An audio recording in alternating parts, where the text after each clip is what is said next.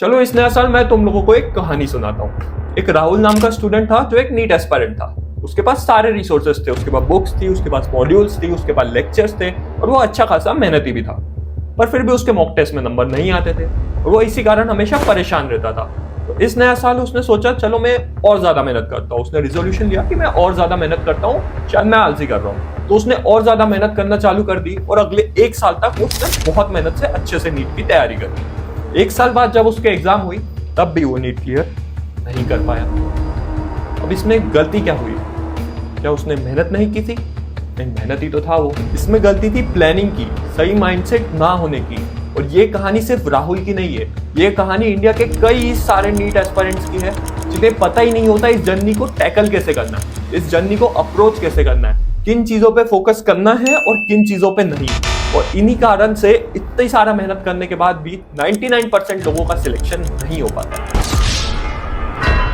और इसलिए मैं ये वीडियो बना रहा हूं। और अगर तुम ये वीडियो आखिर तक देखोगे और इन 13 चीजों को अच्छे से ध्यान में रखोगे तो तुम्हारी ये नीट की जर्नी एकदम पीसफुल वे में इजी तरीके से हो जाएगी और तुम्हें नीट क्लियर करने से कोई नहीं रोक पाएगा। और ये वीडियो अभी पॉज करो और पेन और पेपर लेके आओ या फिर कोई और चीज लेके आओ और उसमें जो भी मैं पॉइंट बताऊंगा उनको नोट करो, क्योंकि अगर ये वीडियो 100 लोग देख रहे होंगे तो उनमें से 99% लोग ये सिर्फ सुन के चले जाएंगे और 2 दिन बाद सारे पॉइंट भूल जाएंगे।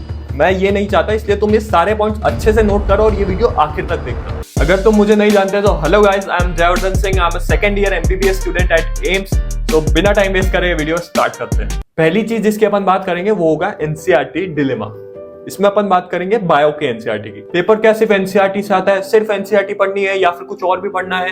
सब लोग बोलते हैं सिर्फ एनसीईआरटी पढ़ो, बट एनसीईआरटी के अलावा भी क्वेश्चंस आते हैं। आपने बहुत सारे टॉपर्स स्टॉक देखे होंगे, बहुत सारे टॉपर्स देखे होंगे जो आपको बोलते हैं सिर्फ एनसीईआरटी एनसीईआरटी एनसीईआरटी पढ़ो, और वो गलत भी नहीं है, वो सही है कि एनसीईआरटी पढ़नी है। बट इसमें दिक्कत क्या है? इसमें दिक्कत क्या है मालूम? आप देखोगे वो टॉपर्स ने खुद ने कोचिंग ज्वाइन करके रखी है और उनने खुद ने एनसीईआरटी के अलावा भी मॉड्यूल सॉल्व करके रखी है जिसमें एनसीईआरटी के बाहर के भी क्वेश्चंस है। तो सवाल ये उठता है क्या सिर्फ एनसीईआरटी पढ़ के हो जाएगा? क्योंकि सब लोगों के पास एनसीईआरटी है, सब लोग एनसीईआरटी पढ़ रहे हैं, तो सबके पूरे नंबर क्यों नहीं आ रहे? तो देखो, पेपर में जो 95% क्वेश्चंस रहेंगे वो एनसीईआरटी से ही होंगे और वो ज्यादातर लोग सॉल्व कर लेंगे। आपको जो उनसे सेपरेट करेगा वो होगा वो 5% क्वेश्चंस।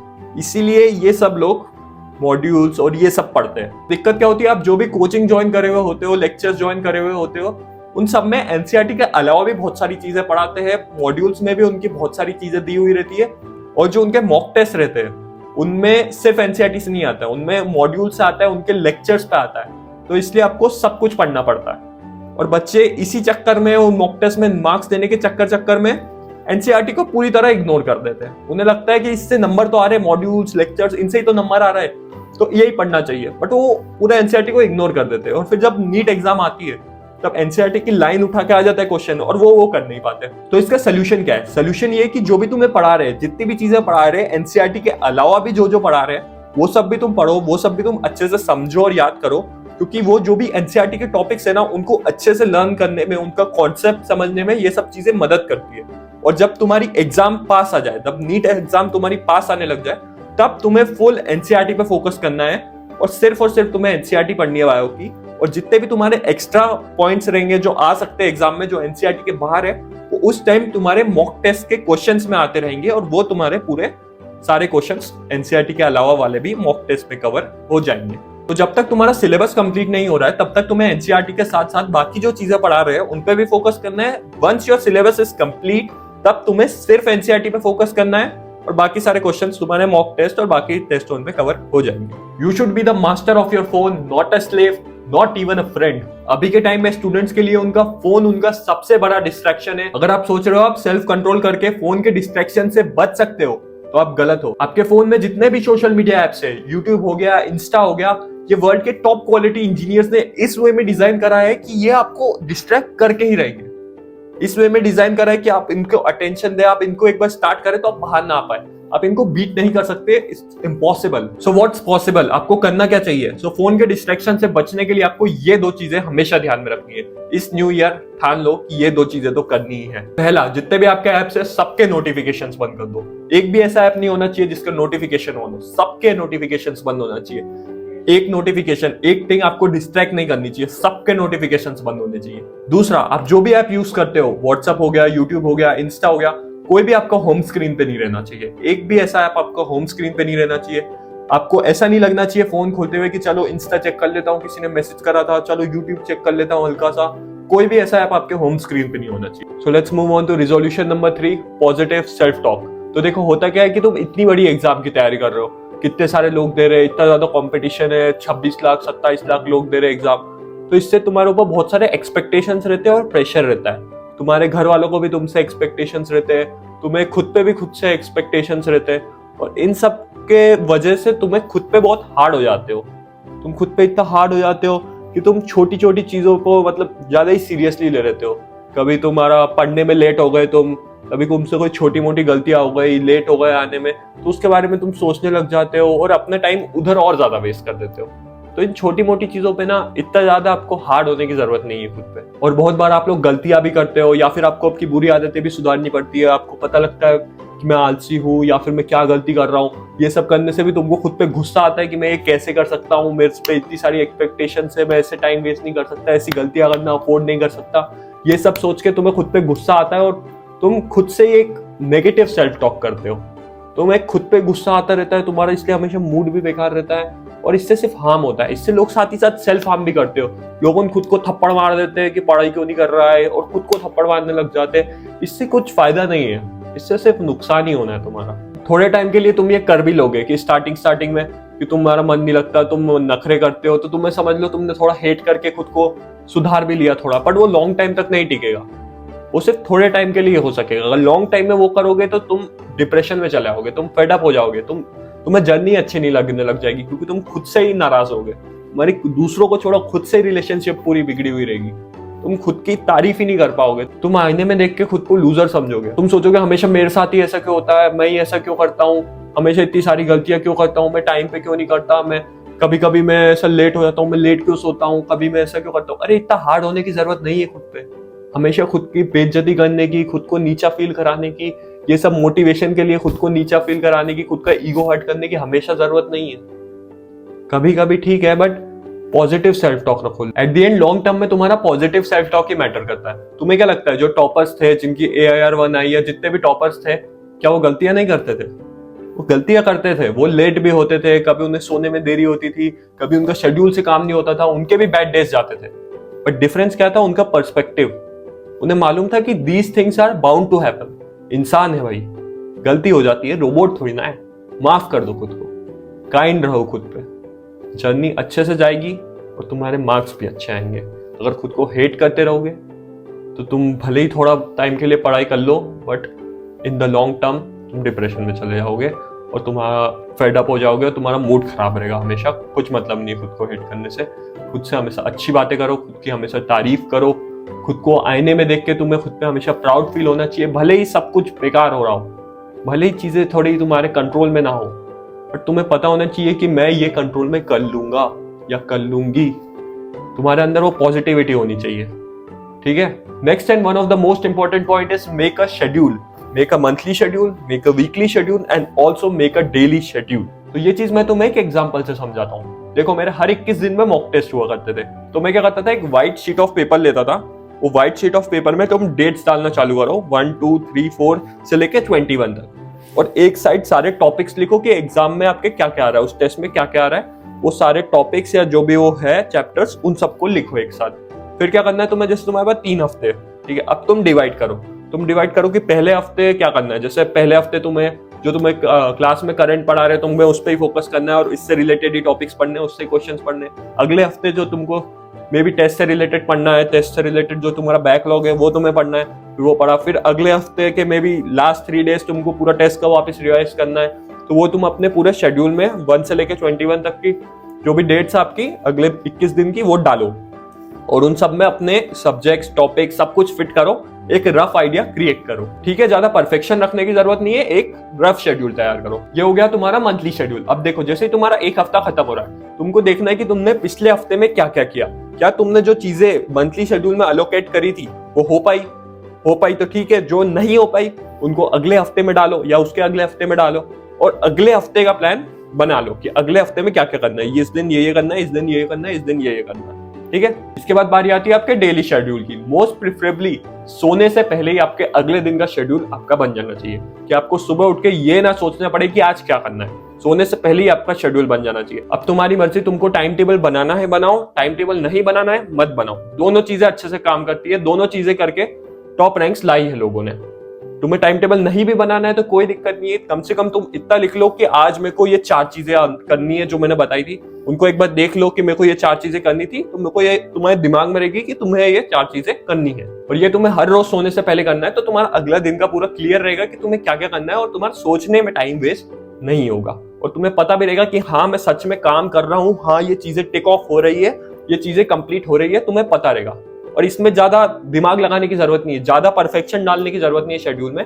चीजें छूट भी रही है, अगर समझ लो तुमने एक दिन में रखा है 4 चीजें, 3 ही चीजें हो पाई, 2 ही चीजें हो पाई, कोई बात नहीं, उसको अगले दिन में डाल दो। ठीक है, तुम जितना हो सकता है तुमसे करो, जितना नहीं हो रहा है ठीक है, कोई बात नहीं, चलता है, इंसान है। So the 5th point is focus on your physical health. So यार ज्यादातर नीट एस्पायरेंट यही गलती करते हैं कि पढ़ाई में वो अपनी पूरी बॉडी का ख्याल रखना भूल जाते हैं और उनकी बॉडी उनको सपोर्ट ही नहीं करती। आपने ये कोट तो जरूर सुना होगा, healthy mind decides in a healthy body.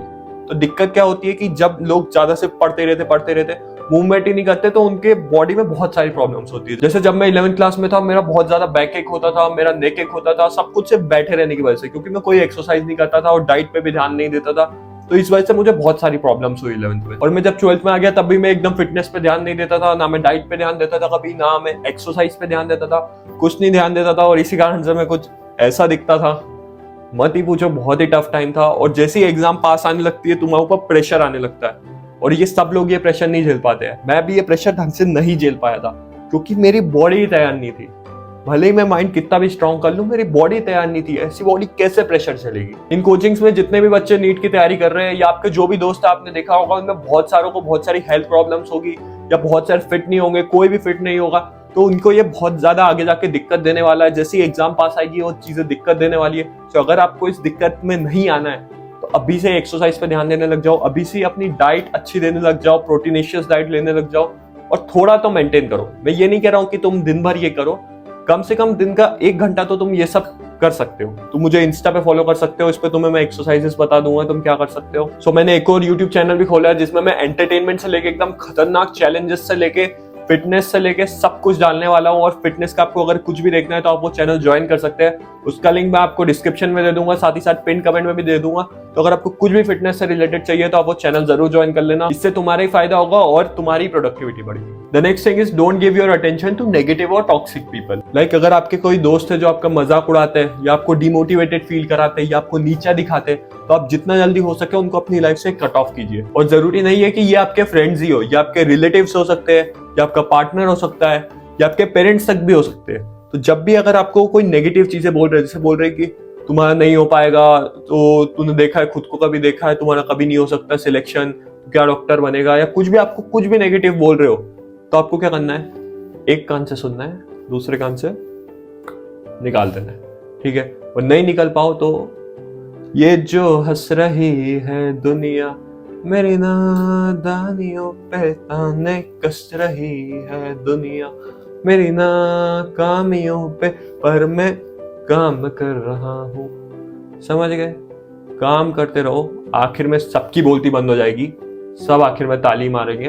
बस तुम काम करते रहो, अपने काम पे ध्यान रखो, इन लोगों की बातों पे ध्यान मत दो। Next point is journal your thoughts. बहुत सारे बच्चे मेरे पास आते हो, बोलते भैया मैं बहुत ज्यादा ओवर थिंकिंग कर रहा हूँ, मैं बहुत परेशान रहता हूँ, मुझे समझ नहीं आता है क्या करना है। तो आप क्या करो, एक जर्नल बनाओ, एक जर्नल खरीदो, और जो भी तुम्हारे थॉट्स है, बुरे थॉट्स है या जिससे भी तुम परेशान हो, जो भी टाइप के तुम्हारे थॉट्स है, वो सब नोट करते जाओ। इन थॉट्स को नोट करने से क्या होगा कि जो भी तुम्हारे दिमाग में चल रहा होगा, जो भी तुम्हें परेशान कर रहा होगा, वो सब उस पेपर पे आ जाएगा और तुम्हारे दिमाग से वो लोड हट जाएगा, तुम्हारा दिमाग एकदम हल्का हो जाएगा। और अगर तुम्हारी कोई प्रॉब्लम्स है तो उनका तुमको सोल्यूशन भी मिल जाएगा। इसलिए अभी से ही तुम एक जर्नल खरीद लो, जब भी तुमको ऐसा लगे तो तुम उसे नोट कर लेना। 7th and one of the most important point, give every mock test. तुम्हें जितने ज्यादा हो सकते हैं उतने ज्यादा मॉक टेस्ट देने चाहिए। और मैं तो बोलता हूँ कि एक भी मॉक टेस्ट मत छोड़ो, सारे के सारे दे दो। बहुत सारे बच्चे यही गलती करते हैं, वो मॉक टेस्ट ही नहीं देते। उन्हें डर लगता है कि उनके पेरेंट्स क्या बोलेंगे अगर कम नंबर आ गए तो। वो खुद उसे देख के डिमोटिवेट तो नहीं हो जाएंगे, उन्हें डर लगता है। वो ये बोल के टेस्ट नहीं देते कि उनकी प्रिपरेशन नहीं है, वो इस टेस्ट की तैयारी नहीं कर पाए। तो मेरी एक बात तुम कान खोल के सुन लो, you will never be fully prepared. तुम जितने प्रिपेयर्ड हो, तुमने जितनी तैयारी करी है, 70% भी करी है, तो दे दो तुम टेस्ट। तुम्हें कम से कम ये तो पता लगेगा कि जितना तुमने पढ़ा है उसमें से कितना आता है तुमको, उसमें से कितना बना तुम्हारा एग्जाम में। साथ ही साथ ये भी पता लगेगा कि कम पढ़ के भी तुम कितने नंबर ला सकते हो, और तुक्कों की भी प्रैक्टिस हो जाएगी तुम्हारी। और अगर तुम्हें डर लगता है कि तुम्हारे कम नंबर आएंगे तो तुम्हारे पेरेंट्स तुम्हें डांटेंगे, तो तुम उनके पास पहले ही जाके बोल दो कि मम्मी पापा मैं इस टेस्ट की तैयारी अच्छे से नहीं कर पाया था, हो सकता है मेरे कम नंबर आए। पर हर बार तुम अपने पेरेंट्स को ये बहाना नहीं दे सकते कि इस बार मेरी प्रिपरेशन नहीं थी इसलिए कम नंबर आए। ये बहाना हर बार नहीं देना है। तुम अपने पेरेंट्स को पागल मत बनाओ। पागल बना के तुम्हारा कुछ फायदा नहीं हो रहा है, तुम्हारा नुकसान ही होगा पागल बना के। Next point is analyse your mock test. अब मैं क्या ही बोलूं उन बच्चों को जो मॉक टेस्ट तो दे देते पर एनालिसिस ही नहीं करते। अरे मतलब ही क्या टेस्ट देने का, तुम एनालिसिस ही नहीं कर रहे हो। तो संडे को टेस्ट दे देते, एक हफ्ते बाद एनालिसिस कर रहे, 2 हफ्ते बाद एनालिसिस कर रहे। अरे मतलब ही क्या इतनी लेट एनालिसिस करने का, क्या ही तुम्हें याद रहेगा, क्या ही गलती करी तुमने, कहाँ अटके थे, कुछ भी नहीं याद रहने वाला। अगर तुम संडे को टेस्ट दे रहे हो तो ट्यूसडे तक तो तुम्हारा एनालिसिस हो जाना चाहिए, मैक्स टू मैक्स वेडनेसडे, उससे एक दिन भी ज्यादा तक तुम्हें अपना एनालिसिस डिले नहीं करना है। और साथ ही साथ क्या गलती होती है कि तुम एनालिसिस तो कर लेते हो बट वो जो डाउट्स आते हैं तुम उनको क्लियर ही नहीं करते हो। अब मतलब ही क्या फिर एनालिसिस करने का। अब जो डाउट्स आ रहे हैं वो भी तुम्हें मैक्स टू मैक्स ट्यूसडे या वेडनेसडे तक क्लियर करना ही है, कोई डाउट पेंडिंग नहीं छोड़ना है। Next point is a bit specific, solve as many physics questions as you can. क्योंकि ज्यादातर नीट एस्पायरेंट्स के साथ यही दिक्कत होती है कि भैया बायो में नंबर आ जाते हैं, केमिस्ट्री में नंबर आ जाते हैं, पर फिजिक्स में नंबर नहीं आ पाते। तो क्या करें अब? हमने सारे लेक्चर्स देख लिया, हमने सारी बुक्स पढ़ ली, हमने सारी थ्योरी पढ़ ली, हमने मॉड्यूल के क्वेश्चंस भी लगा लिए, फिर भी फिजिक्स में नंबर नहीं आ पा रहे, क्या करें? तो देखो इसका एक ही सोल्यूशन है, सिर्फ लेक्चर्स देखने से काम नहीं होगा, सिर्फ नोट्स पढ़ने से काम नहीं होगा, तुम्हें क्वेश्चन करने ही पड़ेंगे, कोई अल्टरनेटिव नहीं। अब बात आती है क्वेश्चंस कहां से करने और कैसे करने। पहला, आपने जो भी कोचिंग इंस्टीट्यूट ज्वाइन करी है या जो भी ऑनलाइन कोर्स ज्वाइन करा है उससे आपको या तो मॉड्यूल मिली होगी या डीपीपी मिली होगी या पीडीएफ मिला होगा या जो भी मिला होगा, आपको अच्छे से करना है और मिनिमम 2 से 3 बार तो उसको करना ही है। दूसरी चीज जो मैं तुम्हें रिकमेंड करूंगा वो होगी एक NCERT based physics question book. आपको एक अच्छी NCERT based physics question book खरीदनी है। मैं एमटीबी फिंगरटिप्स यूज करता था, उसका लिंक आपको डिस्क्रिप्शन में मिल जाएगा। आप और कोई सी भी एनसीईआरटी बेस्ड बुक खरीद सकते हैं, बट एक अच्छी बुक खरीदना, ज्यादा बुक्स लेने की जरूरत नहीं है, एक ही बुक काफी है।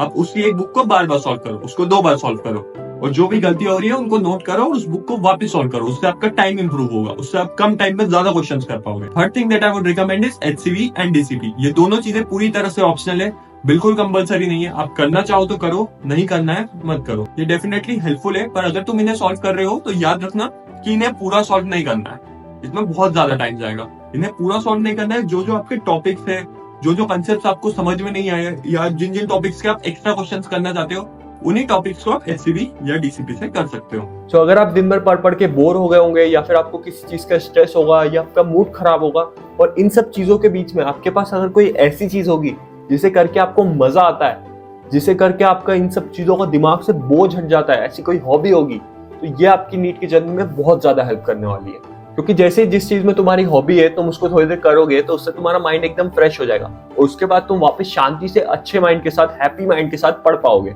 सो या you can definitely have a hobby, but वो लिमिटेड टाइम में होनी चाहिए। ऐसा नहीं होनी चाहिए कि दिन भर तुम वही चीज कर रहे हो, वही चीज में मजे कर रहे हो और पढ़ाई वढ़ाई कर नहीं रहे हो, ऐसा नहीं होना चाहिए। फॉर एग्जाम्पल, मैं जब 12th क्लास में था, मेरी हॉबी थी यूट्यूब पे स्ट्रीम्स देखना। मैं गेमिंग की स्ट्रीम्स देखता था, पर मैं ये सब दिन भर नहीं करता था। मैंने उसका टाइम एलोकेट करके रखा था कि 4 से 4:30 में स्ट्रीम देखूंगा, इससे ज्यादा नहीं। रात को फिर 8 से 8:30 देखूंगा, इससे ज्यादा नहीं।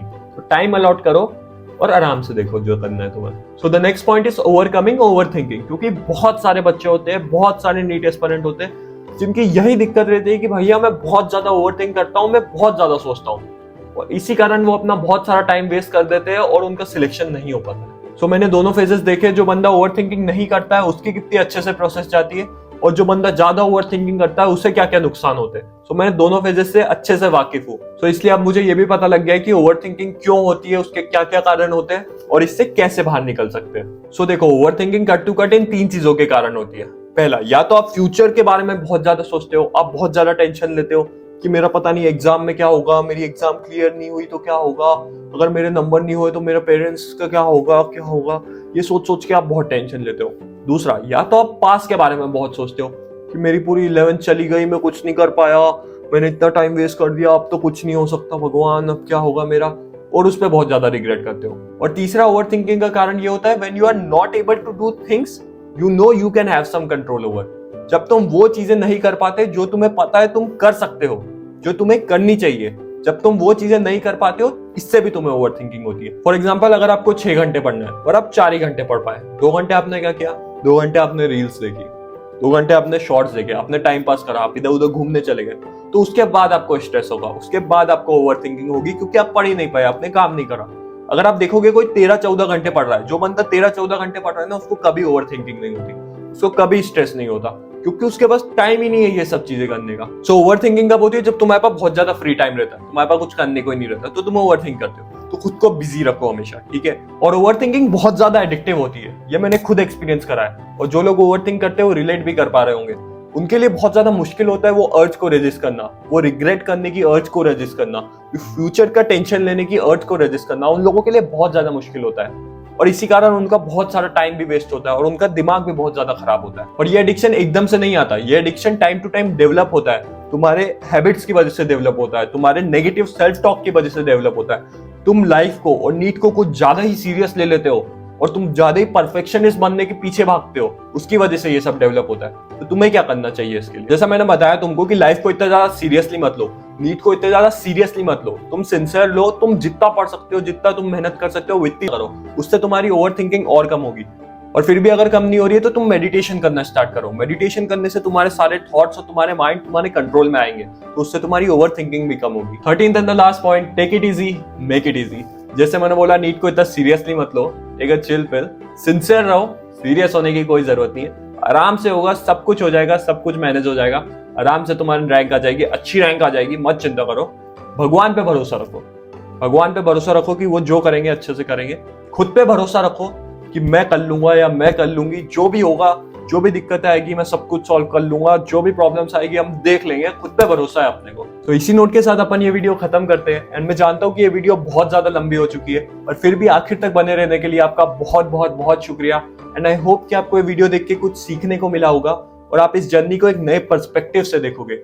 और अगर आपको ये वीडियो पसंद आया तो वीडियो को लाइक कर देना, अपने दोस्तों के साथ शेयर कर देना, और अगर चैनल पे नए आए हो तो चैनल को सब्सक्राइब कर देना।